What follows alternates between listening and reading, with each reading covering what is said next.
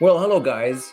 This is Paul Hunter. I'm a realtor in Houston, Texas. I've been here for about 7 years. I moved from Colombia, South America, so I know a little bit about high inflation, high interest rates, high unemployment rate. I love it here in Texas. But first, we're going to talk about how the Wall Street investors and landlords are going to be losing big time and what that means for you as an investor and a home buyer. But first, quick thing. I am not a financial advisor. However, I do appreciate likes, subscribes, and comments on my YouTube channel. So let's get started. Investor purchases slumped 17% from pandemic peak as interest rates rise. Real estate investors bought 77,829 homes in metros tracked by Redfin in the first quarter.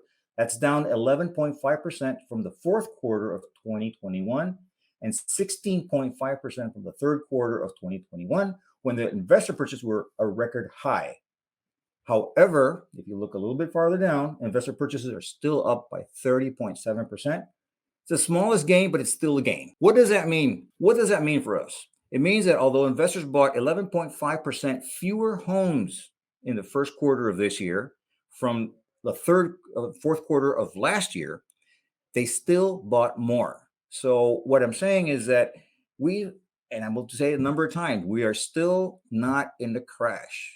We are still riding a wave, and there's still virtue in being patient. I think, and we'll talk about it a little bit later on, but I think we're going to be seeing a crash in the middle of next year, and I'll show you why. Okay, the second part I wanted to show you is, look at this graph. The investor home purchases fall for second straight quarter. So they are buying less homes. The thing is that they're buying less medium and high price homes. So investor home purchases are falling for the same reason overall home purchases are falling. Surging interest rates and high housing prices have made it more expensive to get a mortgage and buy a home. While roughly 3/4 of investor purchases are made with cash, investors are still impacted by interest rates because they often take out loans to get that cash. So you see, investors are going to be affected by the same factors that we all are. In other words, they're affected by the interest rates, by inflation rates, we will talk about in another video, and future unemployment. However, right now we're talking about how the investors are still riding the wave, and they will continue to do so. And they're going to put a crimp on the first-time home buyer and those people who are buying homes that are under $250,000. Okay, so what I was talking about here, we're saying investor purchases of high and mid-price homes decline while purchases of low-price homes rise. On a year-over-year basis, purchases of high-price homes were up 38.3%, while purchases of mid-price homes were up 78.7%, and purchases of low-price homes were up 7.9%, representing the smallest annual increases in a year. So here you see the graph. The red line shows the low-priced homes, and they're going up, but up at a slower rate. Investors bought a record 25.3% of all low-price homes that were purchased in the metros tracked by Redfin in the first quarter, compared to 18.1% of mid-price homes and 60% of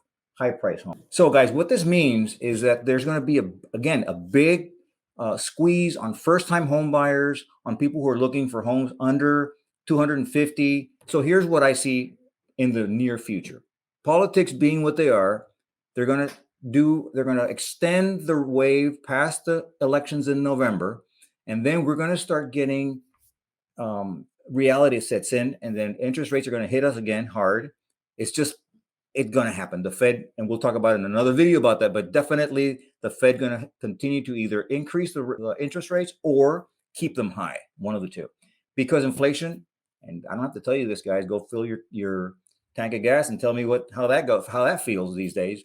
So it's way beyond 8.6%. So what I was saying here is that in terms of the home market, the home buying market, is we need to be patient.